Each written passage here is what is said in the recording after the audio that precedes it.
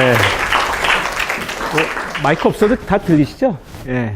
아, 마이크가 나오는 건가요? 아니, 모르겠다. 나오나? 하여간, 오케이. 네, 제목을 이렇게 하긴 했는데, 내용은 봐서, 이제, 이렇게 한 이유는, 이제,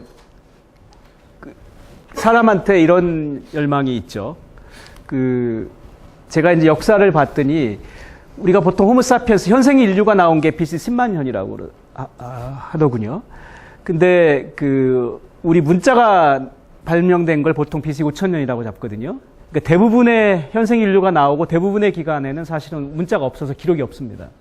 그래서 기록이 있는 이 시대를 역사 시대라고 하고 기록이 없는 시대를 프리스토릭, 그러니까 선사 시대라고 하죠. 여기는 기록이 없으니까 다 무슨 슐토폼으로 추측하는 수밖에 없죠.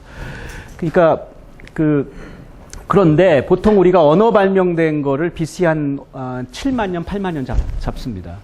그리고서 수가 발명된 거를 BC 한 2만 5천 년, 3만 년 이렇게 잡거든요.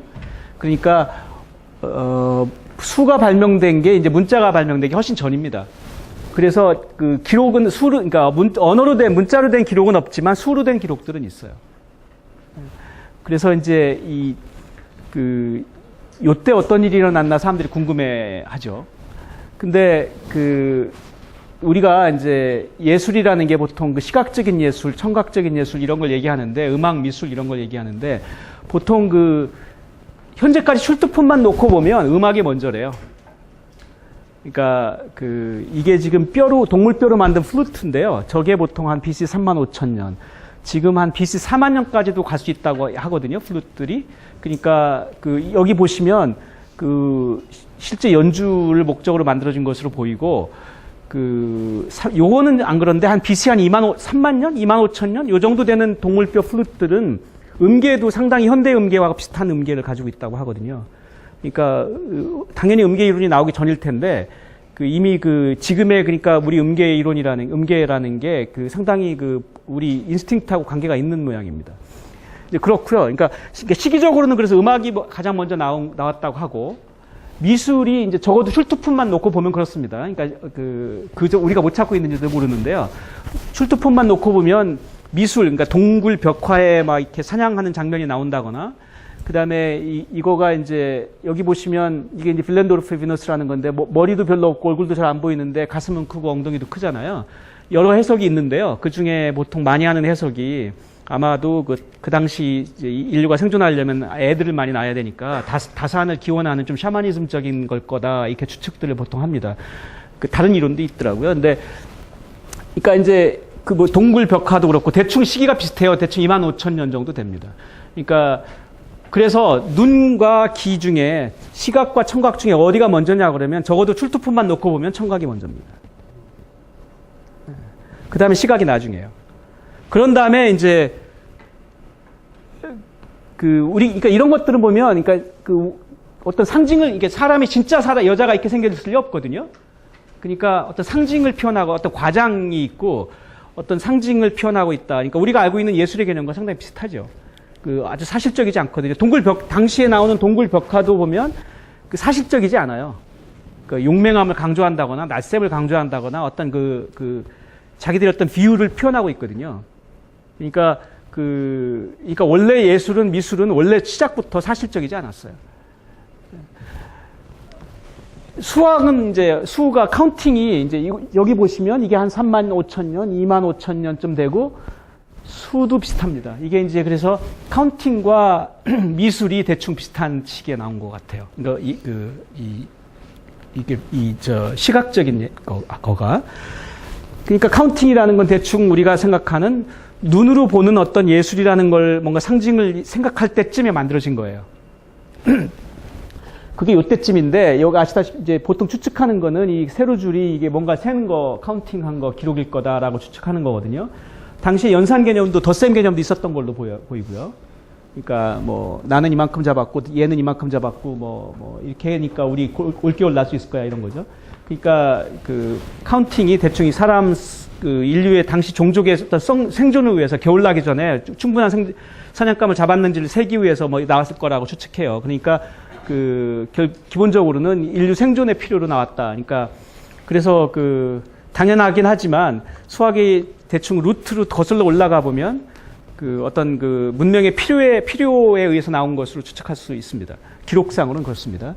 자, 그래서 이제 이런 것들을 모아놓고 보면, 그러니까 나중에 우리가 바빌로니아나 여기까지 가서도 마찬가지거든요. 여기까지 가도 결국은 우리가 보통에 살고 있는 이 물리적 우주, 그러니까 얘들이 다 별개의 것인데 이것들이 이제 이런 3이라는 기호에다가 대응시켜서 기호들의 성질을 공부하는, 그러니까 수학적 우주로 가는 거는 대충 한참 뒤입니다. 이게 대충 이제 기록으로는 고대 그리스 정도 가야 되거든요.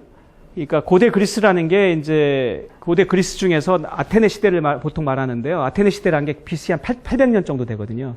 그러니까 우리가 지금 아까 나왔던 이런 것들이 시기가 25,000년 이러니까 한참 됩니다. 그래서 이것들이 우리가 그러니까 여기서 살다가 여기로 가는 거는 이런 식으로 단순화하고 표현하고 상징화하고 하는 그 기호들의 성질을 공부하는 단계로 가는 거는 한참 됩니다. 그래서 대충 BC 1000년 안짝입니다. 근데 그 과정에서 이제 아까 이제 수학보다 카운팅보다 더 오래됐다고 비슷한 시기죠. 시각적 예술이. 대충 이제 이런 질문을 한 겁니다. 근데 이제 그런 거 할 때 이런 답들을 하죠. 이게 나중에 나오는데요. 이게 살바도르 달리의 미술 작품에도 나오는데 거기도 보면은 이런 모양이 굉장히 당시에 천착했었던 것 같아요. 이게 그러니까 알키미디언 솔리드죠. 이런 자연계 현상에서도 이런 게 관찰되죠. 이게 지금 골든 스파이럴이라고 하니까요. 이게 피라미드가 다 황금비가 있지는 않대요. 사실은 실제 재보면 아닌 경우가 많다고 합니다. 근데 가장 황금비에 가까운 게 기자의 피라미드라고 하는데요. 그거는 굉장히 황금비에 가깝다고 합니다. 그러니까 이집트 내에서도 이 골든 레이쇼라는 거가 어떤 의미에서는 거기로 컨버지하고 했었던 것 같아요. 계속 그런 걸 처음부터 알았던 것 같지는 않고. 파르테논 신전도 이게 황금비가 완벽하진 않아요. 근데 이제 어떤 특정 사이드에서는 이게 굉장히 완벽한 또 황금비를 갖는다고 합니다. 이게 이제 그리스고, 이게 아까 제가 말했던 살바도르 달리인데요. 이게 지금 아까 했던 이거잖아요. 이 발음하기도 힘들어요. 이게 롬비큐브타헤드론? 그죠? 이게 아마 18개의 사각형과 8개의 삼각형을 갖나? 이럴 거예요. 근데 이게 그 모양인데, 이거를 그러니까 3차원 지금 그림이, 이게 지금 달리의 그림이거든요. 근데 이게 3차원을 갖다 2차원으로 투영했잖아요. 그걸 잘 조정해가지고는 이거 대 이거가 황금비예요. 그 다음에 이거 대 이거가 황금비고, 그래서 작은 거, 큰 거 비율이 다 황금비로 구성되게 그렇게 투영시켰어요. 그러니까 달리가 굉장히 실험을 한 걸로 보이는데, 이 실험이 굉장히 유명한 달리의 대표작이 됐습니다. 그러니까 근데 이렇게 프로젝트하는 것도 아마 굉장히 노고가 들었을 것 같은데, 그러니까 3차원을 2차원으로 투영하면서 황금비를 만들어낸 거거든요. 그래서 이런 종류의 사람들의 어떤 집착이 오랜, 이게 1955년일 리가 없죠. 이게 아마 1595년일 것 같은데요. 네. 자, 그래서 아마 이거는 그냥 찾아보시면 나올 겁니다. 그래서 보통 우리가 이런 레이쇼에 집착했던 중세 사람을 얘기할 때 다빈치 같은 사람을 많이 얘기하는데, 사실은 다빈치보다 훨씬 더 뭐라고 그러지, 완성된 그런 레이쇼를 구사하고 있는 건 달리입니다. 잠깐, 아니다. 달리 맞겠다. 죄송합니다. 달리 맞죠. 달리가 20세기 사람이니까. 맞아요. 죄송합니다. 달리가, 왜냐면은 다빈치 작품 같은 걸 다 자기가 검토한 다음에 그걸 갖다가 거의 이제 저렇게 프로젝트 하면서 이런 걸 만들어내는 것까지 완성시킨 거거든요. 이거는 다른 사람이 흉내내기는 굉장히 힘들 겁니다. 그리고 여기 보면 심지어 요거 무슨 이런 여기 요 비율, 요것도 아마 황금일 겁니다. 그러니까 온갖 군데 요거를 갖다가 다 숨겨놨어요, 비율을. 특이한 사람이에요. 네. 자, 그래서 저런 것들에서 이제 사람들이 정말 오랜 세월 동안 이제 그런 그 우아함이라는 것에 어떤 어떤 이렇게 집착하는 또는 그렇게 굉장히 역사가 길었죠. 근데 아까도 말씀드렸지만 진짜 역사가 긴 거는 카운팅보다 더 오래된 건 청각이거든요. 음악이 더 먼저 나왔거든요, 수학보다. 그리고 아까 말한 황금비 같은 거를 실제 작품에서 시도한 작곡가들이 있더라고요. 저도 사실 요거는 많이 알려져 있지 않은 건데, 드뷔시나 에릭 사티 같은 사람들이 작품에서 키가 올라가거나 할 때 그 비율을 황금비로 조정하는 것들을 여러 군데서 실험했어요. 그러니까 이제 이런 실험의 어떤 아마도 이유를 본다면 아마도 황금비가 그런 우리 귀에 듣기 좋은 어떤 비율을 만들어낼 거라는 어떤 믿음이 있었던 것 같은데요. 그러니까 일종의 실험이죠. 근데 지금 사람들이 얘기하기는 에릭 사티는 굉장히 의도된 형태로 황금비를 사용했다고 보통 믿는데, 드뷔시는 어쩌면은 본인이 의도와 관계없이 그냥 그렇게 된 걸 수도 있다고 그런 견해가 있습니다. 두 사람은 좀 다르게 보는 것 같더라고요. 그 다음에 이제 이런 것도 다 아시는데, 이 피타고라스 음계는 쉬우니까 각자 공부해 보세요. 공부해 보면 왜 도와 솔은 잘 어울리는지, 도와 파도 잘 어울리는지, 근데 도와 미는 왜 안 어울리는지 이런 거 금방 설명하실 수 있거든요. 이런 거는, 이거는 그냥 넘어가겠습니다. 이거 각자 해보세요. 굉장히 쉬워요. 그러니까 피타고라스의 기본 가정은 이게 기타줄인데, 기타줄 툭 치면 여기서 이게 파생음들이 생기는데, 이게 배음이라고 그러죠. 오버톤이 생기는데, 피타고라스의 기본 가정은 이 앞쪽, 요것들이 자연계에서 툭 치면은 배음 중에 뒤쪽은 너무 작아서 잘 안 들릴 것이고, 주로 이쪽이 들릴 거니까. 근데 자주 들리는 이런 배음들이, 하나를 툭 쳤을 때 이것만 나는 게 아니라, 단음만 나는 게 아니라 다른 것도 생기니까. 근데 이제 이런 것들이 우리 귀에 만약 듣기 싫게 들리면 우리가 못 살 거 아니에요. 맨날 고문당하니까. 그러니까 피타고라스의 가정은 요것들은 우리 귀에 아마 좋게 들릴 거라는 거죠. 저런 비율은. 그게 피타고라스의 기본 가정이거든요. 그러니까 대장간에서 갑자기 좋은 소리가 났다는 둥 이런 거가 다 요겁니다. 그러니까 갑자기 그것들의 주파수가 여기 근처에서 맞으면 좋은 소리가 났다고 믿었어요. 그게 피타고라스 가정인데, 그거 가지고 이제 이거 다 증명한 거예요. 그 가정으로부터 다 끄집어낼 수 있거든요. 그러니까 주파수 비율이 여기는 2배가 된 거고, 요 두 개는 주파수 비율이 요 음과 요 음은 주파수 비율이 2분의 3일 거 아니에요. 그 다음에 요 두 개는 주파수 비율이 3분의 4일 거 아니에요. 요런 비율을 갖는 파동들은 귀에 듣기 좋을 거다라고 피타고라스가 가정한 거예요. 그 협음의 가정이에요. 그렇게 놓고 하면은 이제 예를 들어서 도하고 솔은 어떻게 됩니까? 도, C하고 G인데, 예를 들어서 C하고 G는 보시면 이게 한 옥타브가 주파수가 2배가 되는 겁니다. 그죠? 하나 올라가면 주파수가 2배 되니까 이걸 갖다가 12등분 한 거예요. 반음이 12등분. 12등분 하면 반음 올라갈 때마다 주파수가 2의 12분의 1승 올라가겠죠. 이게 왜냐하면 옥타브 올라갈 때마다 주파수가 이렇게 올라가니까, 반음 올라가면 12분의 1배 올라가는 거예요. 주파수가. 온음 올라가면 2반음이니까 이게 2가 되고 12분의 3, 12분의 4 올라가는 거거든요. 그래가지고 이제 한마 다 가면은 이제 2의 1승이 돼서 주파수가 2배 되는 거예요. 그러니까 저기가 이 주파수를 그러니까 주파수가 12분의, 그러니까 한 옥타브 올라가면 2배가 되고 2옥타브 올라가면 4배가 되니까 이게 지수승이거든요. 그러니까 반음 올라갈 때마다 주파수는 12분의 1씩 계속 올라가는 거예요. 그렇게 되니까 이제 여기 보시면 도하고 솔은 어떻게 되냐면 C하고 G니까 어떻게 됩니까? C에서 G로 가려면 12분의 7 가야 되잖아요. 주파수가 12분의 7배가 되거든요. 12분의 7배가 되니까 주파수가 G음 주파수는 원래 주파수의 이만큼이 된다고요. 그렇게 되면은 이게 계산해 보면 이게 대충 한 1.5 가까이 돼요. 대충 2분의 3이에요. 그러니까 무슨 말이냐면 도하고 솔은 이게 도면 이게 솔이라는 거예요. 2분의 3배가 된다고요, 주파수가. 그러니까 피타고라스의 가정에 의하면 그 두 개는 협음이 돼야 돼요. 그러니까 이게 이제 피타고라스식 해석이거든요, 협음에 대한. 그러니까 뭐 굉장히 단순한 그냥 지수 함수만 갖고 금방 이게 언제 협음이 되고 언제 불협화음이 되는지 알 수 있어요.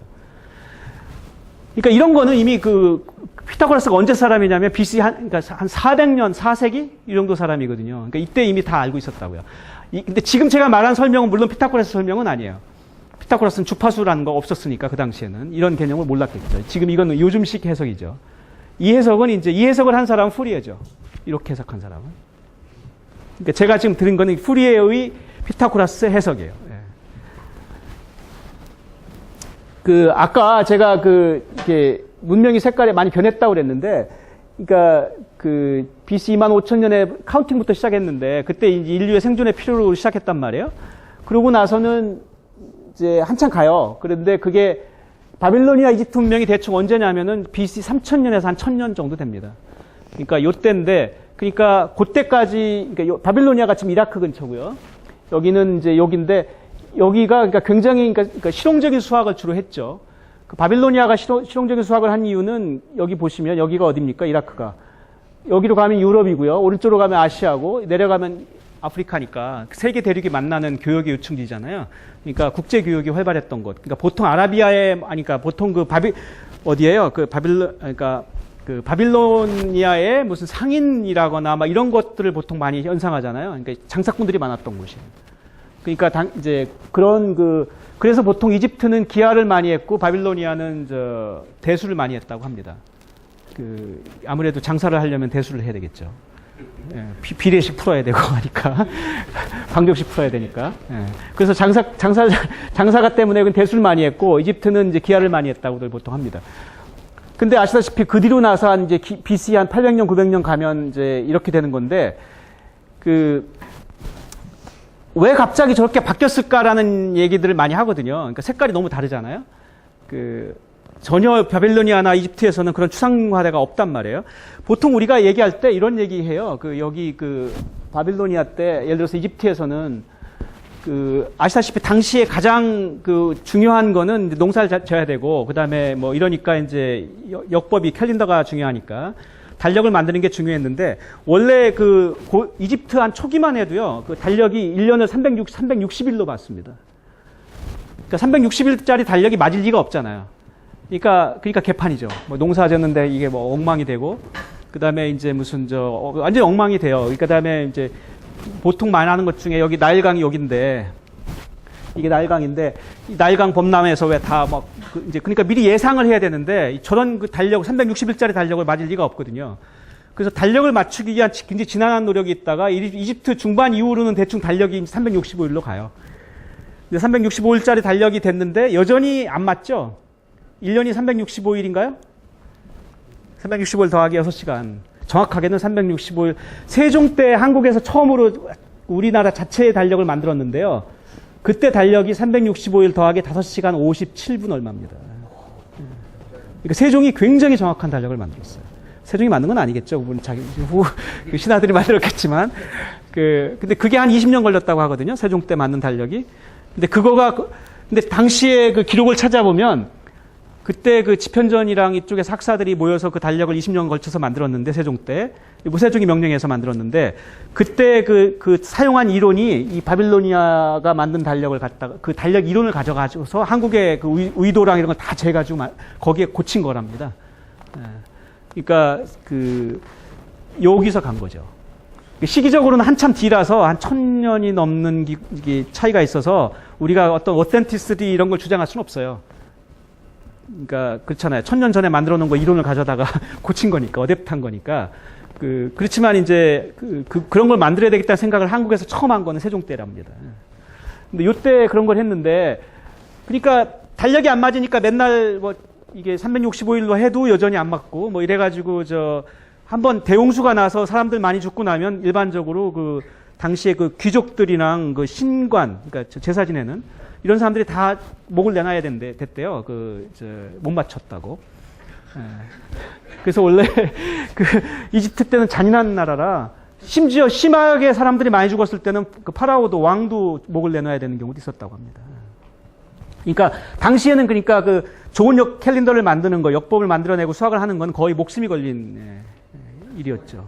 그러니까 그래서 당시에는 그래서 이제 이집트에서는 오히려 수학을 평민이 배우는 건 불경하다고 했고, 왕이 다음 왕에게 전해주는 지식이라고 했다는 거예요. 그게 그래서 그래. 목숨이 달려있는 일이라. 그러니까 요즘도 왜 구글이 무슨 한국 지도를 단추해달라고 계속 요청하는데 한국 정부가 안 해주잖아요. 군사 정부 이런 것 때문에, 정보 때문에. 그런 것처럼 달력 이런 거를 1년에 누가 연구를 한다고 하면은 이제 왕의 권위를 넘보는 거니까 큰일 나죠. 왕만 알아야 되는. 하여간 그랬다고 하고요. 그런 이유 때문에 근데 신기한 거는 이집트 후기로 가면 상당히 정확하게 날강 범람도 예측하고 그랬다고 해요. 그래서, 근데 여전히 달력은 365일이었거든요. 적어도 기록에 남아있는 달력은. 그래서 이제 컨스피러시 티어리는 당시에 왕이나 신관들이 아마도 365일 더하기 6시간을 알았을 거다. 근데 그거를 자기네 권력 유지를 위해서 아마 공개하지 않았을 거다라는 그런 컨스피러시 티어리도 있습니다. 하여간, 그래서, 그럼에도 불구하고, 그래서 상당히 높은 수준의 수학을 한 거예요. 바빌로니아는 주로 상거래에 관계된 대수를 많이 발전시켰고, 이집트는 이제 기하를 많이 발전시켰다고 하는데, 피라미드니 뭐니 이런 거 다 만들어내잖아요. 근데 이제, 그게, 애다학이었다. 그러니까 사안별로 공부했다. 그러니까 아까 제가 지도에서 아까 그림에서 그렸던, 이제, 실제 우주에서만, 그러니까 있었지, 이 수상적 우주를 못 갔다는 거죠. 수학적 우주로. 그러니까 애다학이었다. 그래서 지식을 과학적 조직체로 만들지 못했다. 그러니까 계속 사안 나올 때마다 처음부터 새로 리부트하는 거죠. 그러니까 이제 그랬다는 거고요. 그러니까 이제 그리스 수학이 그런 추상성을 띠게 되는 건 어떤 의미에서는 그런 한계를 이해하고 그 한계에 완전 디아드 익스트림으로 간 거죠. 이제 이렇게 보통 보죠. 그래서 이게 그리스인데 아까 말씀드린 것처럼 아테네 시대가 본격적으로 시작한 건 BC 700년이니까 한참 뒤입니다. 그러니까 시기적으로는 그러니까 저쪽 바빌로니아나 이쪽에 다 대충 BC 한 3000년에서 1000년이니까 이거 한참 뒤이고요. 아까 지도 혹시 보셨으면 기억나시는데 이게 알렉산드리아입니다. 여기가 아테네는 여기고요. 그러니까 이 바다 건너예요. 요즘 왜 여기서 난민들이 이렇게 여기로 건너가다가 죽잖아요. 여기서 지금 여기로 가는 거거든요. 그리스로. 근데 그때는 이제 이게 알렉산드리아는 물론 알렉산더 대왕의 이름을 딴 겁니다. 알렉산더 대왕이 정복왕인데 열심히 나라 영토를 확대해가지고 여기를 다 점령했잖아요. 이집트 북단을. 그래서 여기서 이제 도시를 건설하는데 이 도시가 이제 소위 말하는 900년 맞죠? 900년 동안 세계의 중심이었다고들 합니다. 그러니까 여기가 아시다시피 유럽 사람들은 자기네 중심으로 모두 생각하잖아요. 여기 중심으로 유럽 중심으로 생각하면 아니면 그리스 중심으로 생각하면 여기가 근동이고요. 여기가 근동이고 여기가 중동이고 여기가 극동이죠. 자기네 멋대로죠. 자기네 중심으로. 그래서 Near East, Middle East, Far East예요. 그러니까 다 완전히 여기 중심으로 생각하는 거예요. 근데 여기가 그래서 이제 세계 최대 도서관이 있었고 등등. 당시에 말하는 도서관은 지금의 대학에 해당하는 일종의 교육기관이죠. 그다음에 플라톤이 만든 플라톤의 아카데미가 원래 여기 어디예요? 여기 아테네에 있다가 나중에 알렉산드로 넘어오거든요. 그래서 플라톤의 아카데미가 플라톤 학당이 900년 동안 존속했습니다. 그러니까 아마 가장 오래된, 지금은 900년 이상 존속한 대학이 없죠, 아직은. 그러니까 인류 역사상 가장 오랫동안 존속했던 대학이 플라톤 학당이죠. 요건데, 그래서 이게 이제 알렉산더 대왕이 죽으면서 이제 요때부터 이게 알렉산드리아 시대인 거예요. 원래 아테네에 있다가 알렉산드로 넘어온 거예요. 근데 두 개가 색깔이 많이 달라요. 아테네 시대는 전반기고 알렉산드리아 시대는 뒤쪽인데 아테네 시대는 그냥 얄짤없이 추상적인 우리 흔히 말하는 왜 플라톤이 제자가 와서 이거 기하학을 가르쳤더니 너 이거 배워서 뭐 하나요 그랬더니 너 나간마가 쫓아내잖아요. 파문하잖아요. 그러니까 고귀한 것의 가치를 모른다고. 그러니까 그런 시대. 왜 이거 어디다 쓰는지 물어보면 안 되는 시대.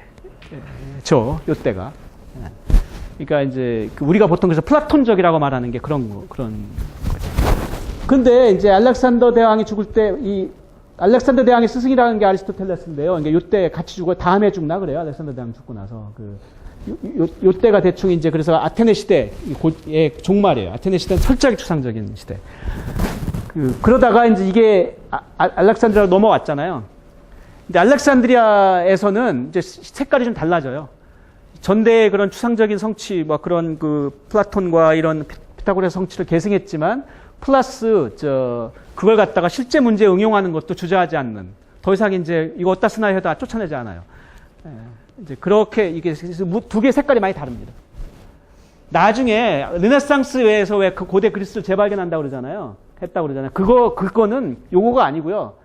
요거가 아니고, 보세요. 데카르트가 주장했던 게 뭐냐면 자연 정복을, 그러니까 주장했거든요. 근데 그런 사람들이 플라톤 근처에 어른거렸겠어요? 쫓겨나지요. 그러니까 요거 아니고요. 르네상스가 재발견한 건 D입니다. D. 알렉산드리아 시대. 그 시대를 헬레니즘 시대라고 그래요. 인본주의죠. 그러니까 인본주의하고 플라톤 안 어울리잖아요. 어울릴 리가 없어요. 그죠?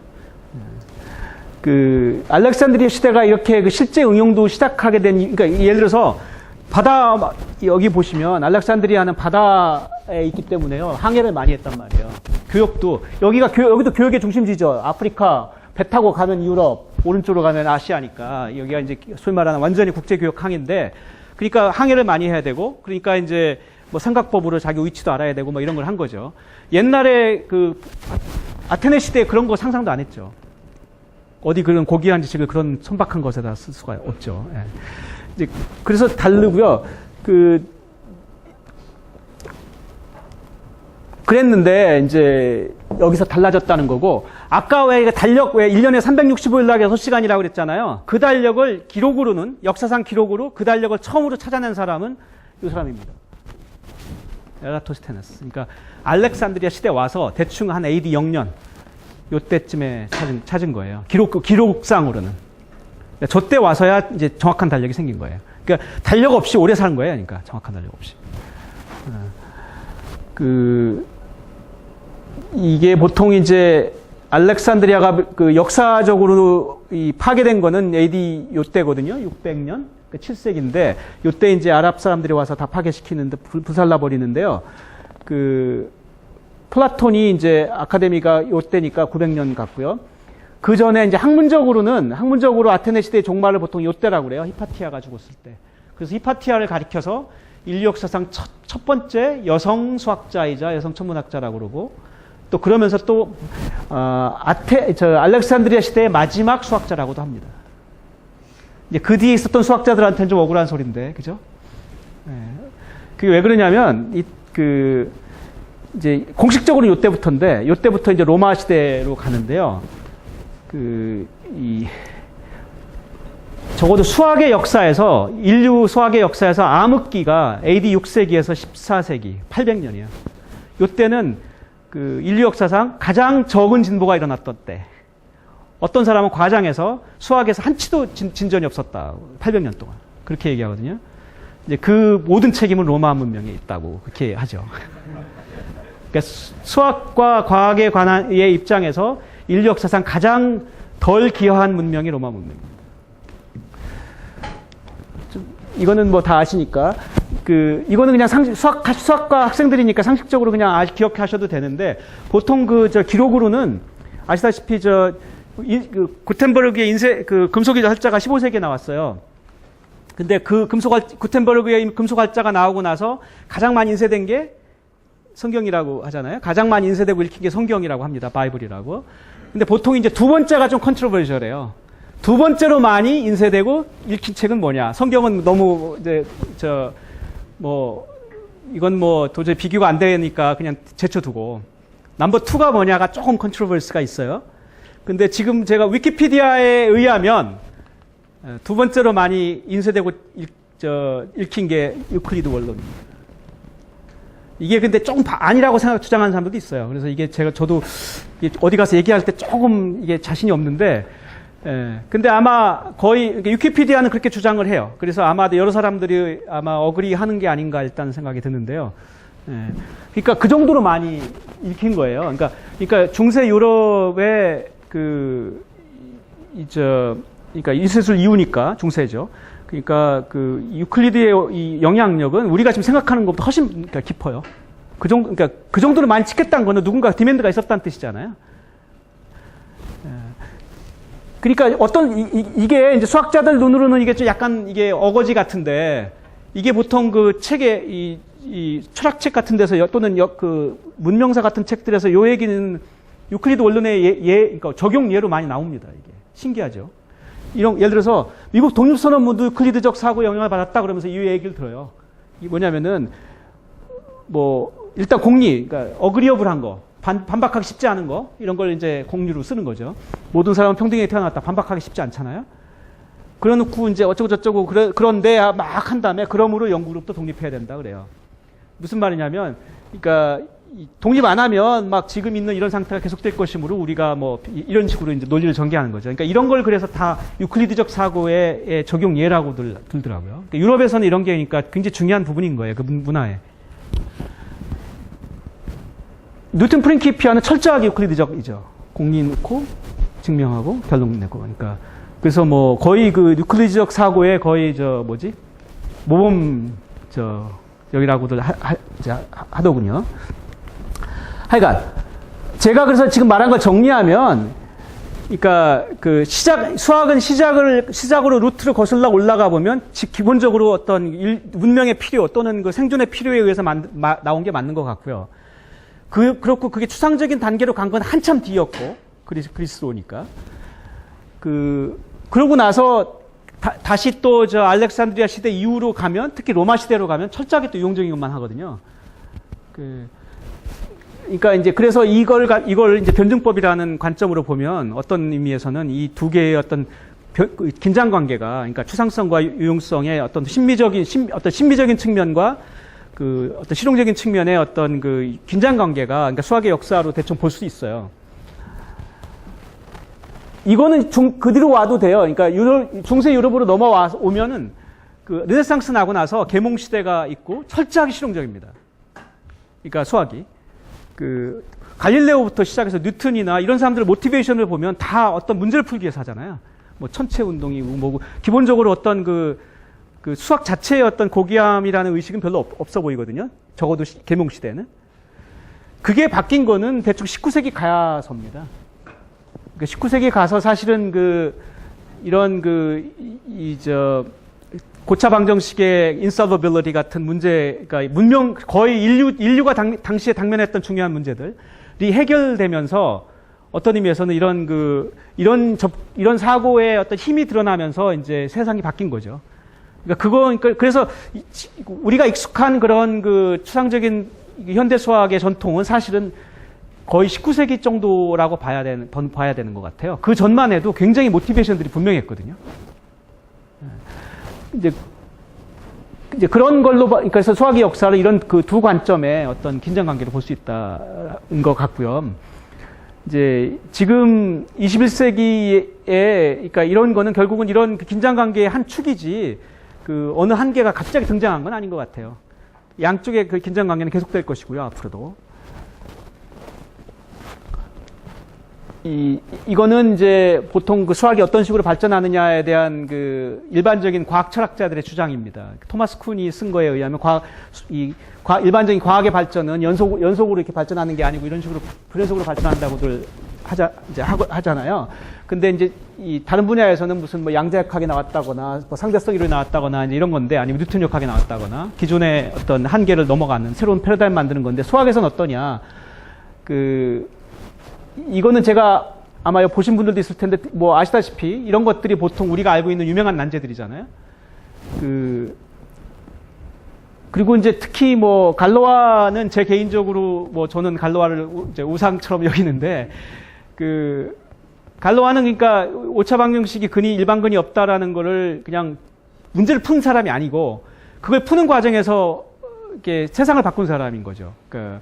이제 새로운 그룹이라는 개념을 만들어내고, 새로운 어떤 자연계에 존재하는 그런 대칭성을 표현하는 언어를 만들었죠. 그러니까 이거는 그냥 문제 하나 푼 거랑은 다른 거죠. 그리고 어떤 의미에서는 19세기에 계몽 시대의 그런 색깔 자체를 바꾼 것 같아요. 그러니까 제 생각에. 저는 그 정도의, 그러니까 프로파운드한 그 영향을 미친 것 같습니다. 그 다음에 아시다시피 이런 문제들이, 유명한 문제들이 있는 건 다 아시죠? 힐버트의 문제 중에 아직도 미해결된 게 2개입니다. 원래 23개인데요. 그 중에 10개가 완벽하게 해결됐다고 하고요. 힐버트의 몇 번 문제 이런 거 있잖아요. 그게 다 요겁니다. 7개가 partially solved고, 여기 4개는 문제 불명확인데, 이거는 힐버트 선생님이 뭔가 착각하셔서 뭔가 문제를 잘못 내신 것 같다. 요건데요. 무슨 물리학을 엑시오마타에서 할 수 있느냐, 이런 종류의 문제가 있거든요. 그러니까 그건 문제 자체가 well defined 되지 않은 것으로 보이거든요. 그러니까 어디까지 하면 그게 문제가 풀리는 건지가 분명치가 않고, 이제 이런 문제들이 4개가 있어요. 그리고 미해결된 문제가 2개인데, 그 중에 하나는 진짜 유명한 문제예요. 그죠? 리만 하이포테시스가 이 둘 중에 하나예요. 그러니까 이게 23개 중에 속했거든요. 그러니까 원래 아시다시피 힐버트의 이게 우리가 센테니얼 프로블럼스라고 하는데 100년의 문제인데, 왜냐하면 1900년에 이거 제시하면서 앞으로 100년 동안 풀자라는 이런 뜻이었을 텐데 100년 동안 못 푼 거죠. 그러니까 이제 힐버트가 리만 가설을 너무 과소평가한 거죠. 100년 동안 풀릴 거라고 생각했던 것 같은데 아니죠. 아니었죠. 그 바람에 이제 리만 가설은 1000년의 문제로 승격됐습니다. 밀레니엄이라는 게 1000년이잖아요. 그러니까 이거 왜냐면 2000년에 했단 말이에요. 옛날에 힐버트 하듯이, 힐버트가 파리에서 제 2차 ICM 때 한 건데, 그거 흉내내서 한 거죠, 클레이 재단이. 딱 100년 뒤에 2000년에 똑같이 파리 가서 했어요. 그러니까 굉장히 좀 일부러 정말 흉내낸 티를 열심히 내가지고 했습니다. 그래서 정확하게 같은 방식으로 같은 도시에서 했거든요. 이 클레이 인스티튜트이 2000년에. 그러니까 아까 힐버트가 한 게 1900년이거든요. 파리에서. 그러니까 정확히 똑같은 방식으로 흉내낸 거예요.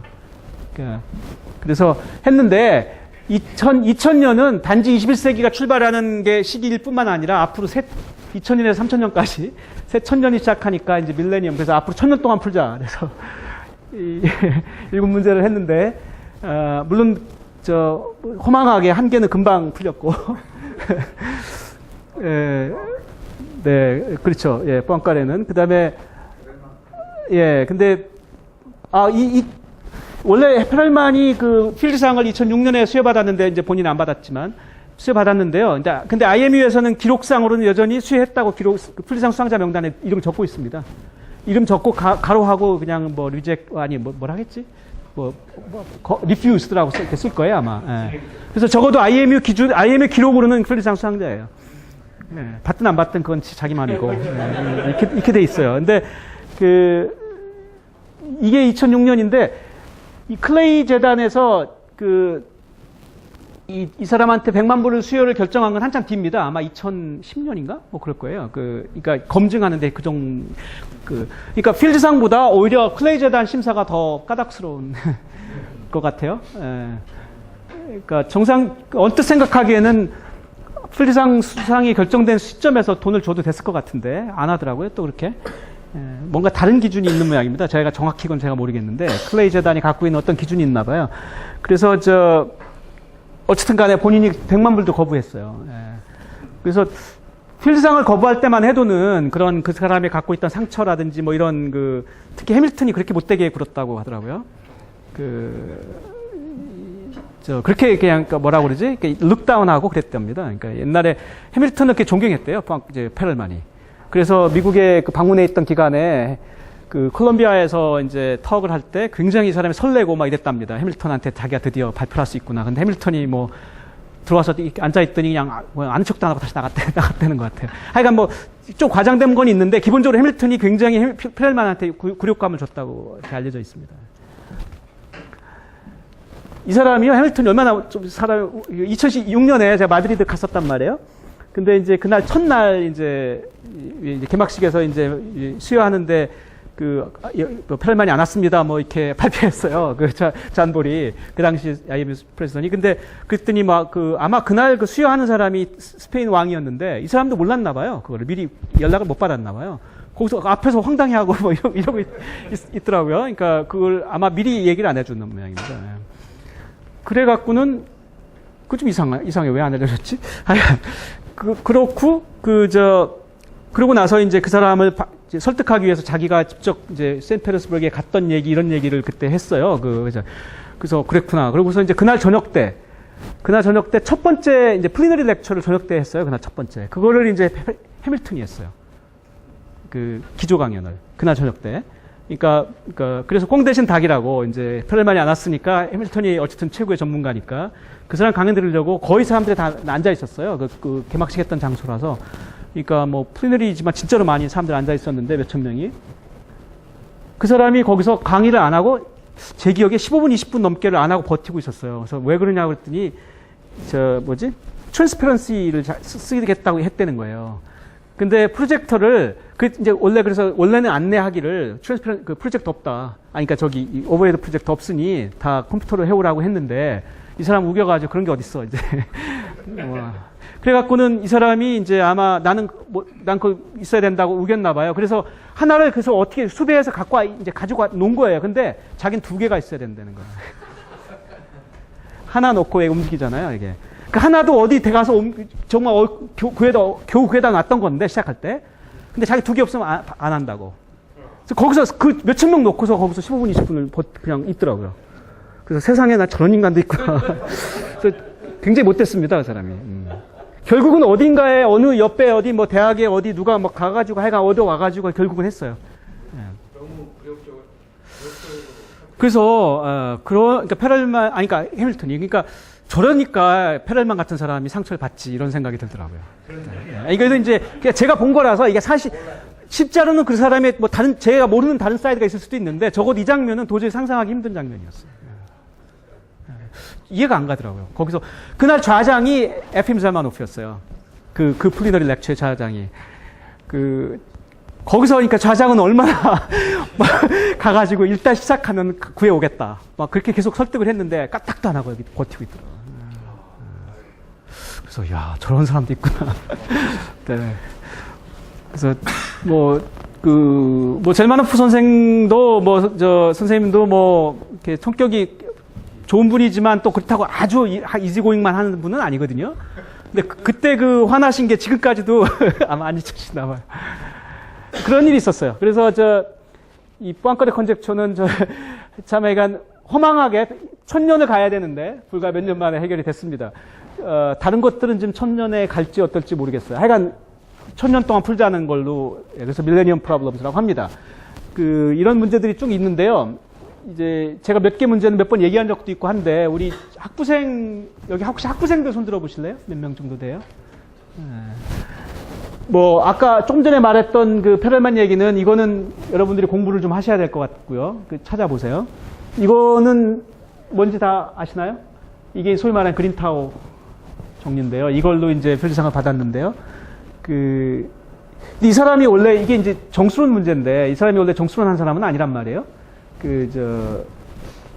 원래 하모닉 어널리시스인데 이제 소위 말하는 이제 랜덤리스라는 거를 정수론에 도입한 거죠. 도입해서 이 문제를 풀었죠. 이게 뭐냐면은 소수들인 프라임 넘버들이잖아요. 등차 수열이고 이것도 프라임 넘버들인데 등차 수열이죠. 이제 프라임 넘버들인데 5개짜리 등차 수열이 있느냐, 6개 이런 거 물어볼 수 있겠죠. 5개짜리는 금방 찾을 수 있어요. 뭐죠? 위에다가 하나 붙이면 되죠. 29 하면 되죠. 6개짜리 프라임 넘버로 된 등차 수열 찾을 수 있어요? 이건 완전히 처음부터 새로 리부트 해야 되잖아요. 그죠? 그냥 가면 안 되잖아요. 다음번으로 그냥 가면은, 안 되죠? 29니까, 다음번은 35니까 안 되죠. 그러니까 처음부터 리부트해서 새로 시작해야 되거든요. 시작하는 숫자 자체가 상당히 커질 가능성도 있고, 쉬울 리가 없어요. 그죠? 6개짜리가 있나? 이런 생각도 들죠? 있긴 있나? 이게 있단 말입니다. 이렇게 물어보면. 근데 이걸 갖다가 프라임 넘버만으로 된 100개짜리 등차 수열이 있느냐. 이거 완전히 오더 매그니튜드가 다르잖아요. 이런 거 어떻게 푸냐고요. 그죠? 있나? 있기는? 있는지도 분명치 않잖아요. 도대체가 시작은 어디서부터 해야 되며, 이 공차는 얼마를 해야 되며, 이거 감도 안 잡히잖아요. 이제, 그런데 이 그린타워가 증명한 거는, 100만짜리도 프라임 넘버만으로 된 등차수열이 있다. 1000만 개도 있다.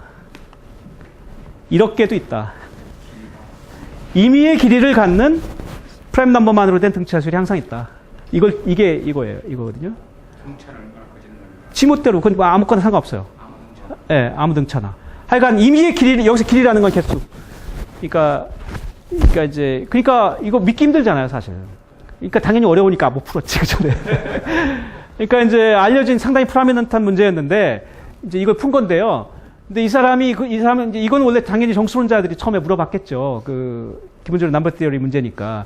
근데 이 사람은 이제 이걸 갖다가 이렇게 프라임 넘버들의 집합을 생각한 거죠. 우리 이거 무한 집합인 거 알잖아요.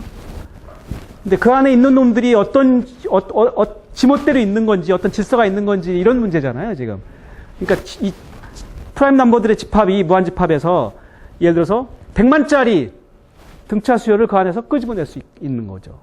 1000만짜리도 끄집어낼 수 있고 임의의 길이를 갖는 등차 수열을 이 안에서 끄집어낼 수 있다는 거잖아요. 그러니까 이 집합이 굉장히 이상한 놈이다라는 건데요.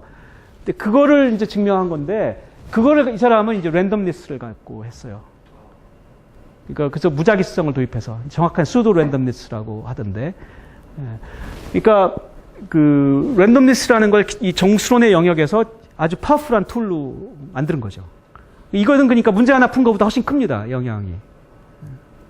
그러니까 이런 거를 이제 아까도 잠깐 테리타워 얘기하다 말았는데 보통 기네스북에 진짜로 기네스북에 현존 인류 중에 가장 IQ가 높은 사람으로 기록돼 있어요. 테리타워. 223일에 나온 뭐라던데 정확히 뭐 근거는 모르겠어요, 저도. 하여간 거기 기록돼 있고요. 신기한 거는 이 사람은 2006년에 그래서 그 문제를 어떻게 풀었는지를 굉장히 테크니컬한 턱을 사람들이 기대했었거든요.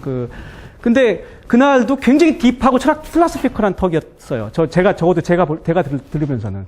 왜 그래야 되는지를 이렇게 막 그쪽으로 드라이브 하는 듯한 느낌이었거든요. 이 사람이 그러니까 문제 잘 푸는 그런 그런 띵킹 잘하는 사람으로 많은 사람들이 오해하고 있었다는 걸 그때 깨달았어요. 그렇지 않더라고요. 그렇고, 아시다시피 이 사람이 하도 이제 문제 잘 풀다 보니, 이거 제가 여러 번 자주 하는 농담인데, 들어보신 분도 있을 텐데, 왜 자기가 리서치 하다가 어려운 문제 부딪혀서 문제 안 풀리면 그 문제 푸는 제일 좋은 방법은, 제일 빠른 방법은, 테리타워한테 그 문제에 관심 갖게 하는 거라고. 그러면 풀린답니다. 그걸로 성공한 사람들이 몇 명 있어요. 칸데스라고, 에마누엘 칸데스라고, 칼텍에서 응용수학과 있던 사람인데요. 무슨 웨이블릿도 하고, 시그널 프로세싱도 하고 하는 그런 응용수학자였는데, 이 사람이 컴프레스 센싱이라는 거를 하고 있었거든요. 컴프레스 센싱이 지금은 꽤 이제 중요한 수학 분야로 됐는데, 그게 이제 시그널 프로세싱의 주제였는데, 거기서 이제 메인 티어럼이 이제 해결이 안 되고 있어서 이게 진전이 없는 이제 그런 거죠. 그러니까 컴프레스 센싱이라는 게 기본적으로는 나이퀘스트 프리퀀시보다 덜 샘플해도 인포메이션을 대부분 찾아낼 수 있다, 뭐 이런 거거든요. 리컨스트럭트가 된다. 그러니까 전통적인 그런 샘플링 관점에서 전통적인 티어럼에 이게 역행하기 때문에 이 말이 안 되는 건데, 그러니까 우리가 관심 있는 중요한 인포메이션을 끄집어낼 수 있다는 거예요. 근데 그게 컴프레스 센싱의 기본 아이디어인데, 이게 이제 거기서 스탁돼 있다가 칼텍이니까 UCLA 멀지 않잖아요. 맨날 UCLA에 그냥 뻔질나게 가면서 맨날 이 테렌스 타워한테 이 문제를 그냥 그렇게 열심히 설명했답니다. 어느 순간에 테렌스 타워가 관심을 가졌대요. 근데 그 문제가 풀렸어요. 네, 그래서 그랬나. 그래서 그 문제가 그래서 타오 칸데스 티어럼이에요. 네, 지금은. 유명한 티어럼이고, 그 뒤로 사실은 이 컴프레스 센싱이 굉장히 아주 그 뒤로 슈랍했죠. 지금 매스메티컬 시그널 프로세싱 커뮤니케이션은 굉장히 중요한 주제죠, 그게. 그러니까 그게 근데 사실은 타오 때문에 브레이크스루가 생긴 거거든요. 그래서 자기가 문제가 안 풀리면 정말 열심히 타오 근처에 맴돌면 풀립니다. 그럴 겁니다. 이게 2006년에 받을 때 31살이었거든요. 31살. 31살이니까 지금 41살이죠. 이 사람이 원래 2002년에 베이징 ICM 때 필리상 후보였거든요. 그러니까 그때는 27살이었겠죠. 근데 지금 역사상 최연소 필드상 수상 기록은 세르입니다, 세르. 장피에르 세르가 27살이거든요. 근데 만약에 그 타오가 2002년에 받았으면 생일도 빨라요. 생일이 더 늦어요. 그래서 타오가 아마 최연소 기록을 바꿨을 거예요. 그래서 이제 항상 낱말하기 좋아하는 컨스피러시 티어리스트들은 뭐 세르가 반대해서 뭐 이런 말 합니다. 농담이죠. 세르 선생님이 포항에 제가 있을 때 2번 오셨었는데 2번 한 2주씩 오래 계셨어요. 그때는 제가 이제 학과장이어서 거의 그 슬레이브 매일매일 아침에 호텔로 출근해서 이렇게 모든 걸 다 책임지고 이게 돈 할아버지라서 이게 관절이 좀 안 좋으세요. 그래서 이렇게 다 모시고 다녀야 되거든요. 그랬는데 그래서 이제 약간 이제 좀 왜냐하면 세르에 대한 공포 스토리가 많아요. 이분이 하도 무서운 분이라. 이렇게 맨날 이렇게 혼내고 이러니까 특히 세미나 같은 거 할 때 좀 말이 안 되는 얘기를 하면 거의 그냥 무참하게 사람을 이렇게 한다고 알려져 있거든요. 그러니까 그래서 세르 앞에서 함부로 턱하지 마라 이런 얘기들이 유명한 얘기입니다. 이거는 세미나 하지 마라. 근데 원래 약간 부르바키 스타일의 부르바키 문화인 거죠. 그러니까 부르바키 문화가 기본적으로 치고받으면서 이렇게 난상 토론 소위 말하는 좌장이고 뭐고 없어요. 거기는 그냥 턱을 아무 때나 중단시키고 하는 게 부르바키 스타일이니까 문화니까. 그러니까 세르라는 분이 이제 결국 부르바키 문화를 대변하는 분이니까 이제 거긴 그렇더라고요. 포항에서 있을 때 무슨 프랑스 분들이랑 같이 무슨 그룹 티어리 컨퍼런스를 이제 했었는데요. 거기에 까르띠에 있죠. 까르띠에 디바이저 할 때 까르띠에가 같이 왔었어요. 세르 선생님이랑. 근데 까르띠에가 두 사람 다 80대 노인이에요. 그 당시에 이제 세르가 85세인지 6세였고 까르띠에가 81세인가 그랬을 거예요. 근데 평생 이 사람은 새까만 후배로 여기 보이더라고요. 이 까르띠에를. 애 취급을 해. 정말 항상. 그래가지고 그날도 까르띠에 선생님이 발표를 하시는데 이번 대소수학자 아닙니까? 근데 거기서 발표하는데 세르 선생님이 제일 앞에 앉아가지고 계속 턱을 이제 중단시키고 계속 시비를 해요. 그러니까 평생에 그러고 산 거예요, 이 두 사람은. 그러니까 이게 까르띠에도 그냥 인내심을 발휘해서 대답하고 이제 그 사람들 문화더라고요. 근데 야, 저기는 참 험하게 살았구나, 저 사람들은. 그러니까 이제 거기서 누가 옆에서 말리거나 참으시라고 하고는 난리가 나는 거예요, 그러면은. 네가 뭔데, 이제 이런, 그러니까 부르바키 문화를 직접 그런 부르바키 인 액션을 제가 한번 그래서 봤는데요. 저분들 근처에 어른거리면 안 되겠다. 그런 생각 했는데, 제가 그래서 근데 이분이 이제 나이가 먹어가니까 이분도 좀 멜로다운 돼가지고 옛날만큼 무섭지가 않아요. 그래서 두 번째 오셨을 때는 훨씬 더 친절한 할아버지가 돼 있더라고요. 그래서 이제 제가 겁도 없이 한번 밥 먹다가 그 얘기를 했어요. 타오가 안 받은 거에, 2002년에 안 받은 거에 아무 영향 안 미치신 거 아니죠? 농담으로 이제, 그런 말 자기도 들어봤다. 그러시더라고. 그런 말이 때문에, 그러니까 알고는 계시더라고요. 그리고 타오는 진짜로 리스펙트를 많이 받아요. 수학 커뮤니티에서는. 그러니까 제가 몇 분한테 말씀드렸는데 어떤 무슨 회의에 갔는데요. 거기서 이제 다른 무슨 이제 국제 이제 수학 이런 무슨 커미티를 구성하는 이제 위원회에서 우리가 그 커미티를 만드는 거였어요. 그러니까 이 커미티가 다른 커미티를 만드는 거였는데 거기서 이제 후보들 쭉 적어놓고 분야 적어놓고 막 이제 지역 밸런스, 분야 밸런스, 남녀 밸런스 막 이런 걸 맞춰요. 요즘 IMU는 여성 비율을 어떤 커미티든지 4분의 1 이상은 하도록 이런 기본 내부적인 원칙이 있어서 생각보다 맞추는 게 쉽지 않습니다. 그러니까 또 하다 보면 항상 미국에 있는 사람이 대부분이 되는 경우가 많거든요. 근데 그러면 또 나중에 문제가 생기거든요. 특히 미국 사람이 많은 거에 대해서 굉장히 적개심을 갖는 수학자들이 많이 있어요. 그러니까 이제 미국이 너무 다미네이트 하니까. 근데 미국이라는 게 사실 온 사방에서 온 사람들이어서 사실은 거기 러시아도 많고 다 한데 어쨌든 간에 소속기관 중심으로 하니까 그걸 빼다 보면 상당히 어려운 일들이 생겨요.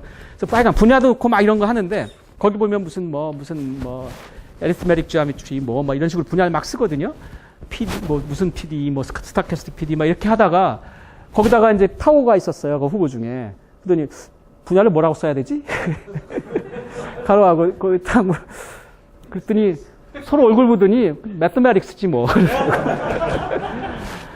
그러니까 근데 요걸 논한 위원회에 뭐 플리상 수상자만 3명이나 있었고 막 이랬거든요. 그러니까 그 사람들이 농담하는 사람들이 아니거든요. 근데 그 사람은 아무도 그거에 관해서 반론이 없어요. 그러니까 그 정도로 존경받는 제 생각에 아마 현존하는 유일한 사람이 아닐까. 그래서 타오가 국제 수학계에서 받는 존경은 저희들이 생각하는 것보다 훨씬 높습니다. 어떻게 가십하다 보면 네, 그래서 이거는 이분이 왜 2014년에 한국에 와서 초청 강연하던데 무슨 이렇게 뭐지 아시죠? 거기 쓰는 거 자기 손으로 써야 된다고 그래가지고 그래가지고 아이패드인지 이걸 줬는데 그걸 또 엉망으로 해가지고는 하여간 우리 나중에 엄상일 교수님이 잘 기억하고 계시니까 한번 들으세요. 나중에 그 에피소드에 대해서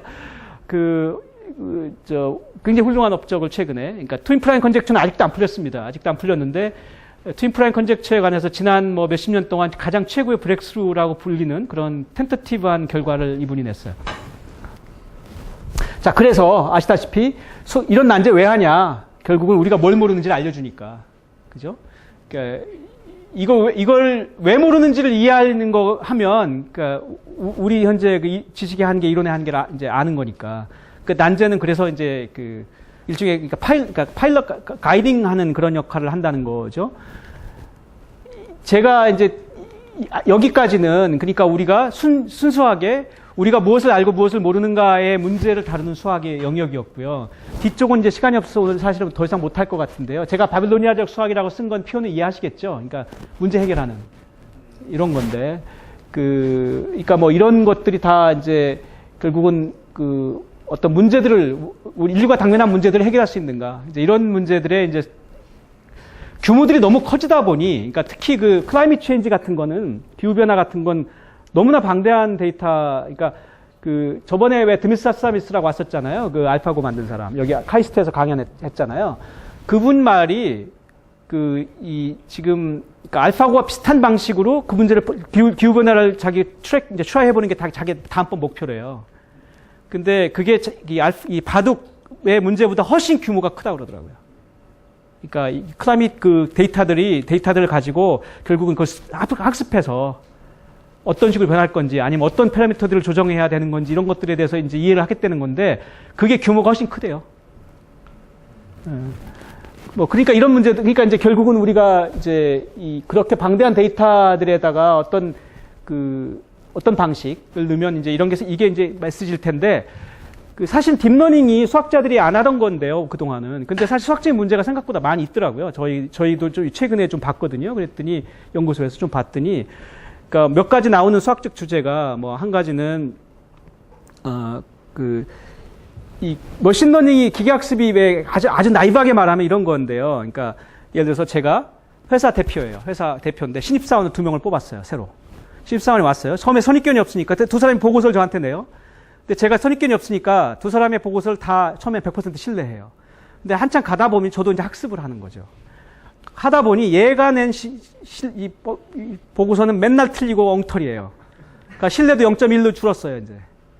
그죠? 얘가 내는 신뢰도 그거는 그래도 상당히 정확해. 그래서 0.9. 이게 이제 학습해 나가면서 바뀌는 거예요. 그러니까 이게 그러니까 이제 뉴런이고 이게 뉴런이 3개가 있고 시냅스예요. 이게 시냅스가 아니고 믿는 신뢰도예요. 근데 예를 들어서 그러다가 더 가면 얘가 개과천선에서 더 정확해질 수도 있죠. 그러면 이제 0.5로 올라가고 이렇게 학습하면서 바뀌는 건데 이게 숫자를 바꿔 나가는 거예요. 근데 이 안에서 이게 기계학습이에요.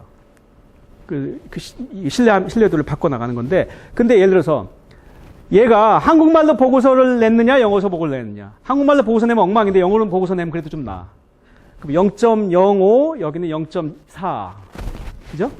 그 다음에 다시 또 일주일 동안 했느냐, 하루 동안 했느냐. 일주일 하면 좀 봐줄 만한데 하루는 엉망이야. 이렇게 경우로 나누는 거잖아요. 그러면 이게 다 바뀔 거 아니에요. 결론적으로는 얘가 보고서 내면 믿어 말어만 보면 전체를 하나로 보는 거지만 이 안에는 이렇게 갈라질 수 있잖아요. 이게 히든 레이어예요. 그 히든 레이어를 이제 종합해서 에버리지 아웃해서 전체가 나오겠죠. 이런 건데 이게 히든 레이어가 그래서 2개 이상 있으면 이거 보고 이제 딥러닝이라고 합니다. 그러니까 근데 예를 들어서 알파고 문제 같은 경우 13개의 이 히든 레이어를 썼다고 하는데 히든 레이어 몇 개 쓰는 게 그 문제에 가장 옵티멀한 거 이런 거 몰라요. 대충 하다 보니까 그 정도면가 되더라. 그거보다 더 늘리면 오히려 또 안 되더라. 아니면 줄여도 잘 안 되더라. 이런 거거든요. 굉장히 많은 문제는 3개나 4개 히든 레이어만 있어도 안 풀리던 문제가 풀린답니다. 그래서 이게 이제 그래서 응용수학자들이 잉그리드 옵시 말에 의하면은 왜 안 풀리던 너무나 이게 리얼타임으로 피저블 안 한 문제가 서너 개의 히든 레이어만 만들어도 풀리는지 이걸 이해하는 게 지금 수학자들이 해야 될 일이라고 이렇게 그런 얘기를 했었어요. 그러니까 히든 레이어가 몇 개가 앞티멀 한 건지, 그 다음에 왜 안 풀리던 문제가 이걸 인피저블한 문제를 피저블하게 하는 건지 이런 것들에 대한 현재 수학적 이해가 안 돼 있고요. 그 다음에 데이터의 리프레젠테이션도 데이터를 보통은 그냥 주어진 데이터 갖고 바로 이걸 하는데요. 근데 이미지 데이터 같은 경우도 그냥 이미지를 픽셀 값을 가지고 하는 것도 있지만 그걸 갖다가 예를 들어서 웨이블릿 도메인으로 리프레젠트 한다거나 컴팩티파이 하면 이게 이거를 이제 그러면은 딥러닝이 훨씬 더 작은 히든 레이어로도 더 잘 되는 경우가 많이 보고되고 있거든요. 그러니까 결국 데이터 리프레젠테이션하고 관계 있다. 어떤 리프레젠테이션이 주어진 문제에 가장 적합한가 이런 거 아직 이해가 안 돼 있습니다. 그래서 생각보다 수학적인 주제가 많이 있습니다. 이 딥러닝이나 이런 것들에. 그래서 전 우리가 더 많이 아마 분명히 수학자들이 봐야 될 분야고요. 뒤쪽은 이제 사실은 오늘 하려고 했던 주제는 이건데 불행하게도 그 전에 끝났습니다. 그래서 뒤쪽은 나중에 책을 읽으십시오.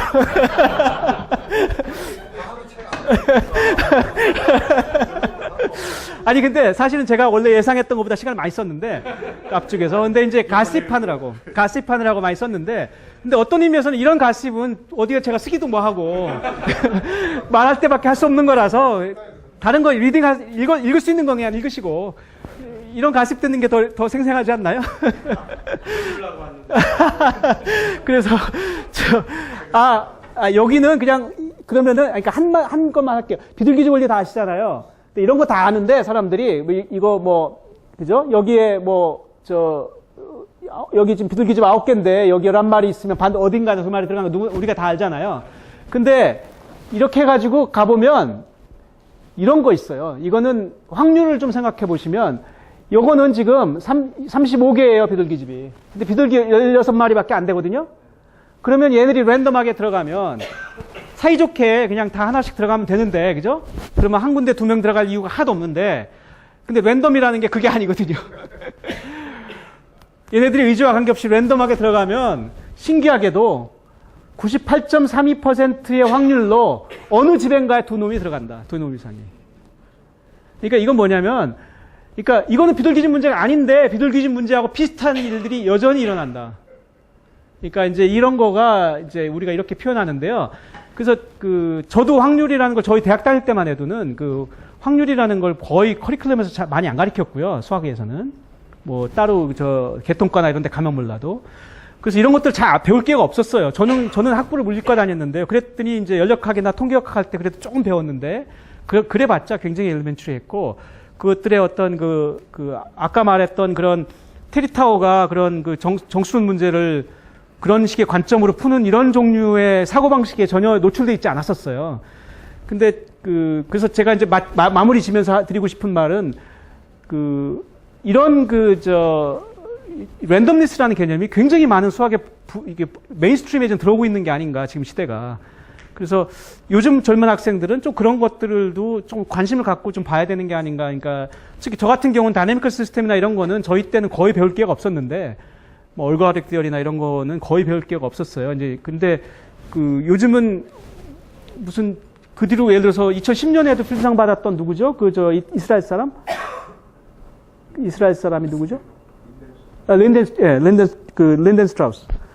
리드우드 컨젝처인가? 이런 걸 풀었죠? 어떤 스페셜 케이스를. 근데 그 사람이 또 아마 굉장히 다이내미컬 시스템적인 아마 테크닉을 썼을 거예요.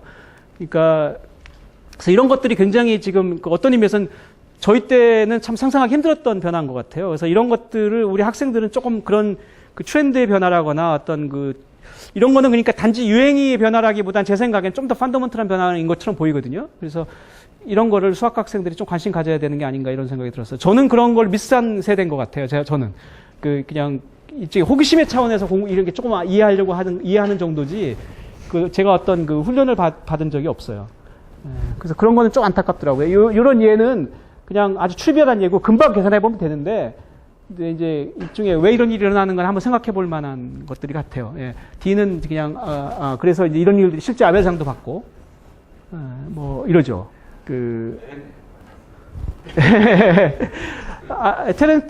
아시지만, 아시겠지만, 테렌트 사워의 부인이 한국 분인데요. 한국 사람인데,